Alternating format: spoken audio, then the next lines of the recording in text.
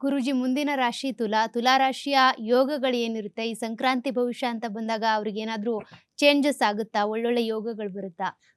ಸಾಮಾನ್ಯವಾಗಿ ತುಲಾ ರಾಶಿಯವರು ಹೆಚ್ಚು ನಾವು ಗಮನಿಸುವಂಥದ್ದಂತೆ ಸಿನಿಮಾ ಕ್ಷೇತ್ರದಲ್ಲಿ ಹೆಚ್ಚು ಒಲವನ್ನು ಕೊಡ್ತಾ ಇದ್ದಾರೆ. ಬಹಳ ಜನ ಸಿನಿಮಾ ಕ್ಷೇತ್ರದಲ್ಲಿ ಇರುವಂಥವ್ರಿದ್ದಾರೆ. ಅವರೂ ಸಹ ಏನಾದರೂ ವರ್ಷದಲ್ಲಿ ಒಳ್ಳೇದಾಗುತ್ತಾ ಅನ್ನುವಂಥದ್ದು ಲೆಕ್ಕಾಚಾರ ಇರುತ್ತೆ.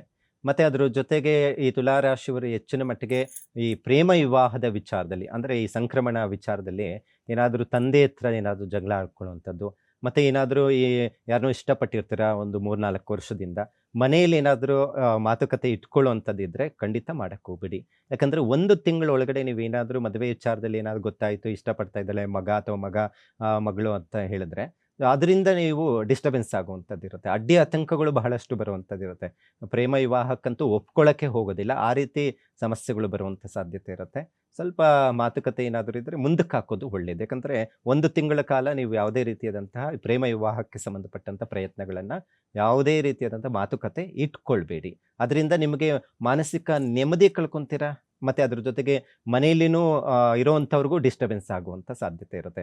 ಮತ್ತೆ ಕೆಲವೊಮ್ಮೆ ಈ ತರ ನಿರ್ಧಾರಗಳು ತೆಗೆದುಕೊಂಡು ಏನಾದರೂ ಮನೆಯಲ್ಲಿ ಮಾತುಕತೆ ಏನಾದರೂ ಮಾಡಿದ್ದೇ ಆಯ್ತು ಅಂದ್ರೆ, ಹೆಚ್ಚಿನ ಮಟ್ಟಿಗೆ ಮನೆಯಲ್ಲಿ ಮನಸ್ತಾಪಗಳುಂಟಾಗಿ, ಹೆಚ್ಚು ಮನೆಯಲ್ಲಿ ಹೆಚ್ಚಿನ ಮಟ್ಟಿಗೆ ರೋದನೆ ಉಂಟಾಗುವಂಥ ಸಾಧ್ಯತೆ ಇರುತ್ತೆ. ಹೆಚ್ಚು ಹೆಚ್ಚು ಗಮನ ಹರಿಸಿ ಸ್ವಲ್ಪ ಹೆಚ್ಚಿನ ಮಟ್ಟಿಗೆ ದೇವರ ಪ್ರಾರ್ಥನೆ ಮಾಡ್ಕೊಳ್ಳುವಂಥದ್ದು, ಹನುಮಂತನ ಆರಾಧನೆ ಮಾಡ್ಕೊಳ್ಳೋದು ಬಹಳ ಒಳ್ಳೆಯದು. ಮತ್ತೆ ಅದರ ಜೊತೆಗೆ ಖರ್ಚುಗಳು ಜಾಸ್ತಿ ಆಗುವಂಥದ್ದಿರುತ್ತೆ. ಮತ್ತೆ ಕೆಲಸ ಕಾರ್ಯಗಳಲ್ಲಿ ವಿಳಂಬಗಳಾಗುವಂಥದ್ದಿರುತ್ತೆ. ಪ್ರೇಮ ವಿವಾಹದ ಈ ತರಹ ಆಯಿತು ಅಂತ ಹೇಳಿದ್ರೆ, ಯಾವುದೋ ಒಂದು ಕೆಲಸವನ್ನು ಇಟ್ಕೊಂಡಿರ್ತಾರೆ, ಈ ಆಸ್ತಿ ಮಾರಾಟ ಮಾಡುವಂಥದ್ದು, ಅಥವಾ ಯಾವುದಾದ್ರೂ ಹೊಸ ಬಿಸ್ನೆಸ್ ಮಾಡೋಣ ಅನ್ನುವಂಥದ್ದು.